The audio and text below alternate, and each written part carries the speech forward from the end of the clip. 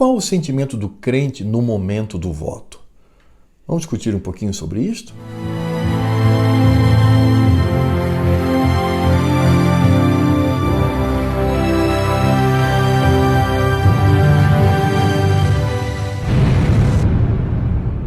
Olá, pessoal. Eu quero trazer 5 pontos que devem ser considerados no momento do voto. Primeiro, lembre-se, quando eu voto em alguém, há uma certa cumplicidade. Daí a importância de conhecer a fundo, por exemplo, o partido em que esse candidato está inserido. Porque o partido, ele sempre possui um viés. Ele sempre possui uma defesa, ele sempre possui uma proposta. Então eu devo ir lá na página, na internet, procurar o partido dele e pesquisar a fundo, ler, sobretudo, quanto à visão, à missão, às propostas, os objetivos. E nesse ponto eu já adianto dizendo o seguinte: eu já diria que nós não podemos de forma nenhuma votar em qualquer partido de esquerda, seja ele qual for, centro-esquerda, esquerda, extrema esquerda, nós não podemos votar, sob hipótese alguma.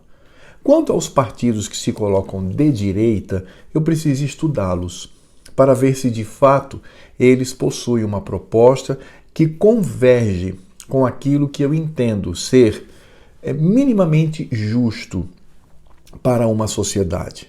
Eu também preciso conhecer o candidato. Eu preciso saber o que ele pensa acerca do aborto, o que ele pensa acerca do casamento, o que ele pensa acerca do armamento. Eu preciso saber quais são as suas defesas. Eu preciso saber se ele tem uma mente estatizante, se ele afirma que o Estado, de alguma maneira, deve cuidar das pessoas, ou se ele defende, por exemplo, um Estado diminuído, um Estado mais murcho. Eu também preciso estar atento ao discurso desse candidato. Aqueles que dizem, nós vamos cuidar de você, o que vale é o interesse da maioria em detrimento da minoria, e esse daí já não pode ter o nosso voto. Nós precisamos entender que, como eleitores, precisamos fugir daqueles candidatos que prometem cuidar da sociedade, transformar a sociedade, interferir na sociedade, usar de assistencialismo. Fuja disto, porque é fria. O Brasil já está cansado deste tipo de política. A segunda consideração que eu devo lembrar no momento do voto: lembre-se de que o ser humano é propenso ao erro. Ele é pecador. O que eu quero dizer com isso? É que não existe mito, não existe o candidato da esperança, não existe o candidato Messias, não existe aquele que vai resolver todos os problemas por nós enfrentados. Não existe isso. Todo ser humano é propenso ao erro. Por isso, o que deve estar no meu coração e na minha mente é desconfiança. Desconfie. Mas o partido dele é interessante, ele tem uma proposta que me agrada. Ok, sem problema. Você pode votar nele, mas lembre-se, desconfie. Não existe ninguém perfeito e qualquer pessoa pode nos decepcionar. Em terceiro lugar, lembre-se de algo muito importante. Toda autoridade vem de Deus. Ele estabelece reis. Ele retira reis, como diz a palavra do Senhor. Lá em Daniel, capítulo 2, de 20 a 22, Daniel, reconhecendo a supremacia do nosso Deus, ele diz o seguinte: falou Daniel dizendo, seja bendito o nome de Deus de eternidade a eternidade, porque dele são a sabedoria e a força. E ele muda os tempos e as estações. Ele remove os reis e estabelece os reis. Ele dá sabedoria aos sábios e conhecimento aos entendidos. Ele revela o profundo e o escondido, conhece o que está em trevas e com ele mora a luz. Então, o que esse texto está dizendo, dentre tantas outras qualidades, é que o Senhor Deus é quem remove e estabelece reis. Não é a maioria, não é o povo, não é o voto. Deus é soberano sobre todas as coisas. O próprio Cristo, quando estava diante de Pilatos, conforme o Evangelho de João, capítulo 19, versos 10 e 11, percebemos ali a resposta do Mestre para aquele político, para aquela autoridade.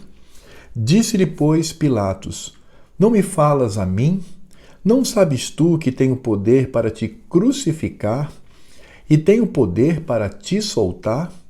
Respondeu Jesus: nenhum poder terias contra mim, se de cima não te fosse dado. Nós precisamos lembrar disto. Não adianta. Deus é soberano. Ele é quem estabelece reis. Ele é quem derruba reis. É por isso que a Escritura Sagrada nos diz que nós devemos o quê? Orar a Ele, para que tenhamos vida de paz. Orar pelas autoridades, orar pelos políticos, por aqueles que Ele mesmo estabeleceu, para que tenhamos uma vida de tranquilidade. Mas diante desta soberania do Senhor, nós também precisamos compreender a nossa responsabilidade. Por isso, em quarto lugar, lembre-se desta responsabilidade que temos no momento do voto. Há uma frase de Calvino muito pertinente para este ponto. Diz assim o reformador: e vós, ó povos, a quem Deus deu a liberdade de escolher seus próprios governantes, cuidem-se de não se privarem deste favor, elegendo para a posição de mais alta honra patifes e inimigos de Deus. Em outras palavras, o reformador está dizendo: nós precisamos aproveitar esta condição dada a nós. Por isto, não podemos perdê-la, elegendo corruptos, patifes e inimigos de Deus. E em quinto e último lugar, lembre-se, até mesmo no momento em que você estiver ali, utilizando as teclas para escolher o seu candidato, lembre-se o que diz a Escritura Sagrada. Tudo deve ser feito para a glória de Deus por meio de seu Filho bendito, Cristo Jesus. E quando eu falo Cristo Jesus, eu quero lembrar a todos de que Deus Pai concedeu a Ele todo o poder e glória. Ele é o Rei eterno sobre o universo. Ele comanda tudo e Ele é eterno e perfeito, somente Ele. Então, no momento em que eu vou escolher o meu candidato, aquilo deve ser um ato de adoração a Deus. Isso mesmo. Se eu sou um cristão conservador, eu preciso entender que o ato de votar não é meramente um gesto de cidadania, mas é também um ato de adoração a Deus. E por isto eu preciso glorificar e adorar o nome de Deus por meio de Cristo Jesus.